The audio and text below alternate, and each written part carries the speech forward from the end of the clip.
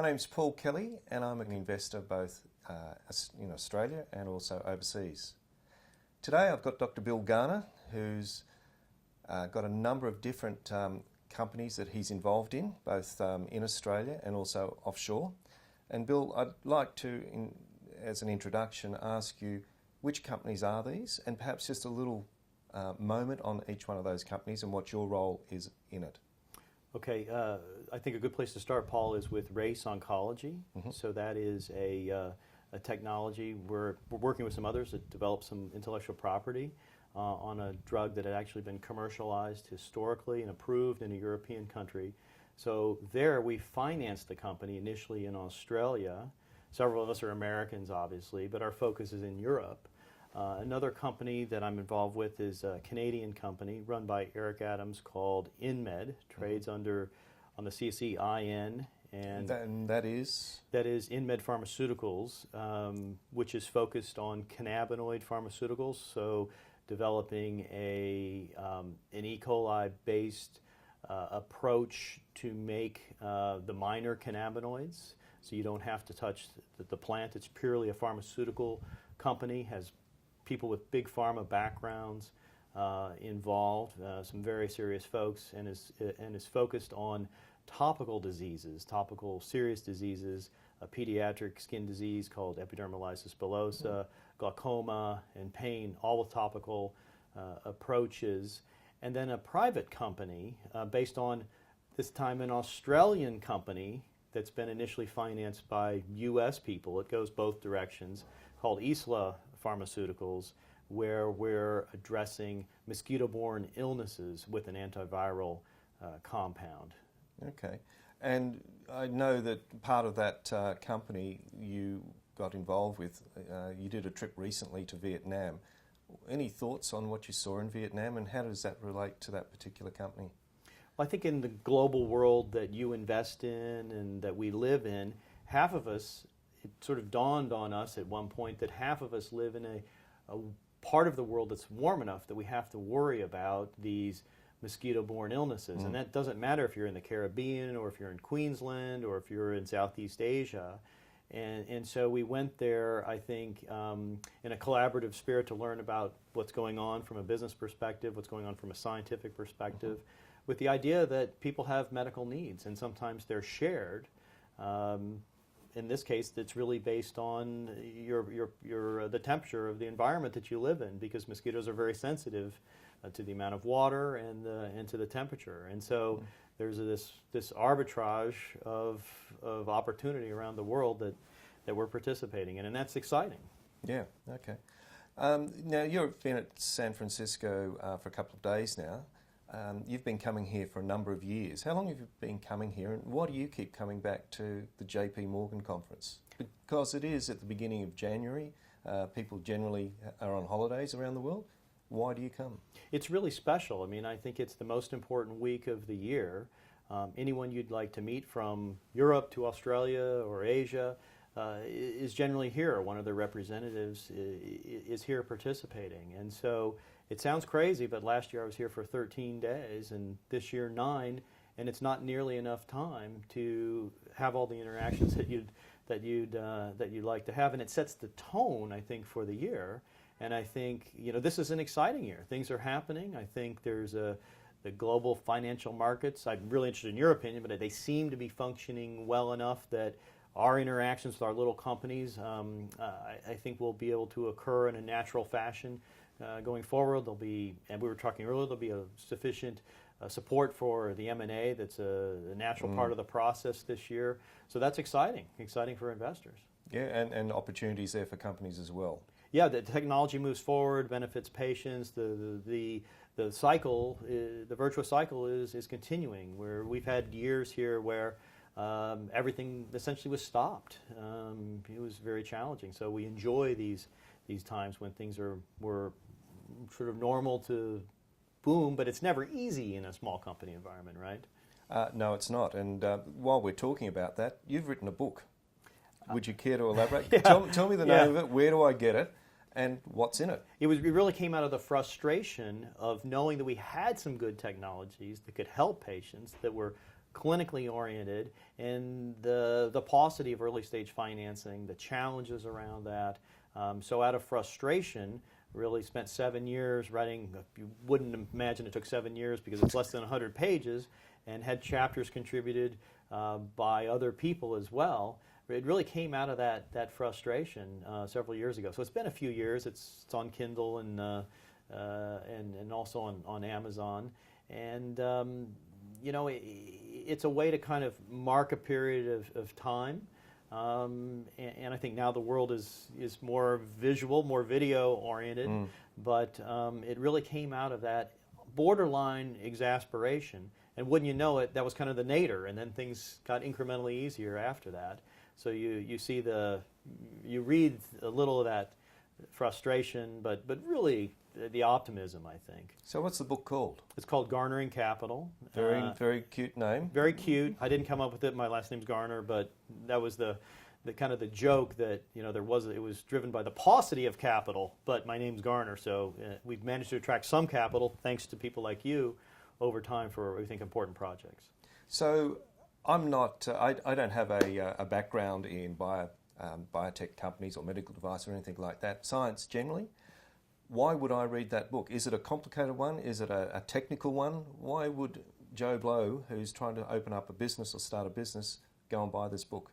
It's absolutely not technical. It's really, and I don't have formal training in business. It's the lumps on the head that I've gotten and other people I've worked with have gotten, and we tried to share that. And so you could flip through it in 20 minutes on a plane and maybe learn a couple things from our experiences. And we talk about specific companies, and we really focused on the challenge. We didn't say, oh, we were great and all these wonderful things happened, the easy part of it. We talked about the challenges. And I think looking back, believe it or not, the technologies there all worked. There were, which is stunning. But it really boils down to the people, the quality of the relationships. And you and I have a good relationship, and these are very valuable, and they do transcend one opportunity, one deal, or what have you. So I think that would be the evolution of that if we ever revisit that. Sounds like a must-read to me. Well, I've read it anyway, and I do like it. Moving on, we're halfway through the JP Morgan conference this year. A lot's happened, and we've still got another 50% to go. What have you picked up in terms of themes, apart from what we talked about earlier, merger and acquisitions? Have you picked up any tidbits of what's happening, anything interesting that you've seen the last few days? It's humbling, I think, to see the quality of the science that I don't understand. And I'm a physician, I've done some science, although I'm not a PhD, and it just moves so quickly. And around the world, the quality, has risen, I think, dramatically. So it just becomes harder and harder to keep up with it. So you have to focus. But the fundamental gains in knowledge will allow us to be, I think, very smart going forward and deliver better solutions for patients, which is what we're all about. And while we're generating, commensurate returns for investors. And shareholders who provide that capital. Yes. Very important. There are some differences between large companies, capitalised companies, and smaller ones, of which you're involved in. What do you think is the preeminent reasons that you look for when you are investing in this small area? In other words, do you look at what the product is, what the management's like? What things do you look for when you're investing? Well, it's certainly about the people, and sometimes I think you can look at it this differently, but from my perspective, if I'm not involved at the very beginning, if I'm getting involved as an investor, I think it's very attractive to go and look at an ASX company with a modest market cap that's got a Series A or a Series B kind of valuation with some liquidity, with some legitimate research coverage, with some sophisticated investors in it like yourselves at Shaw. I think that's compelling around the world. So what we do at EGB Ventures is our capital, so we don't have a mandate that is only focused on the U.S. And so if there's a well-run company in Europe or in Australia or elsewhere, we can pursue that, and there's that level of transparency and a lot of opportunity. Okay, so you're involved in a number of different companies around the world, as we mentioned earlier, and we've just touched on the Australian Stock Exchange.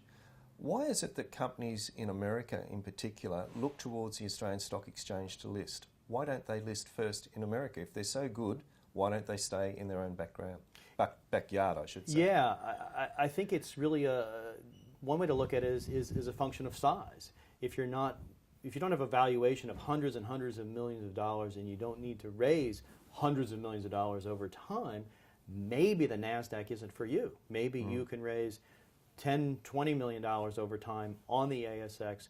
You can have a very significant market cap, as you know, and even have an M&A transaction out of that, and never come to the U.S. And I think something to be cognizant of is the checkered really history of companies coming from places like Europe and Australia and having shareholder value really destroyed when a board says, wouldn't it be great to be on the NASDAQ? Well, it'd be great to be on the NASDAQ if it makes sense. And I think that's something that we need to be very careful of, is if we're involved in an Australian company or a sub 200 million market cap company that doesn't have a very specific reason to be in the U.S., not just wouldn't it be great to tell our shareholders that we're on for example, on the NASDAQ. Okay.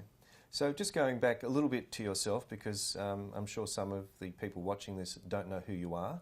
You are a doctor. Doctor of what? How did you get into what you're doing now? So I am a physician originally. I still have a medical license in New York, but I haven't really been in a hospital for over 20 years. I did pathology, which is kind of the interface between the clinical and the clinical science and the basic science, if you will. So I know enough to be dangerous across a number of fields. And then I was in New York and was able to go to Wall Street, actually, being in New York. I don't think I would have been able to do that probably anywhere else in the world. So there was a willingness to take people who didn't have a formal financial education and educate them and wanting the scientific or the medical expertise, and it was an alternative to going into the pharmaceutical industry. So it was really a great alternative to going to business school for me. So Bill, that's an interesting background to become what I would say some sort of biotech entrepreneur. So it gives a lot of hope to a lot of people that they don't necessarily have to be a doctor or a graduate of any particular school of thought or business school. It just means that you've just got to put your nose down and go for it, and something you really believe and love. So Dr. Garner, thank you very much for coming in and putting yourself out in this very busy period in San Francisco, and I wish you and all your companies the best of luck. Thank you, Paul. Thank you for all your support and collaboration over the years.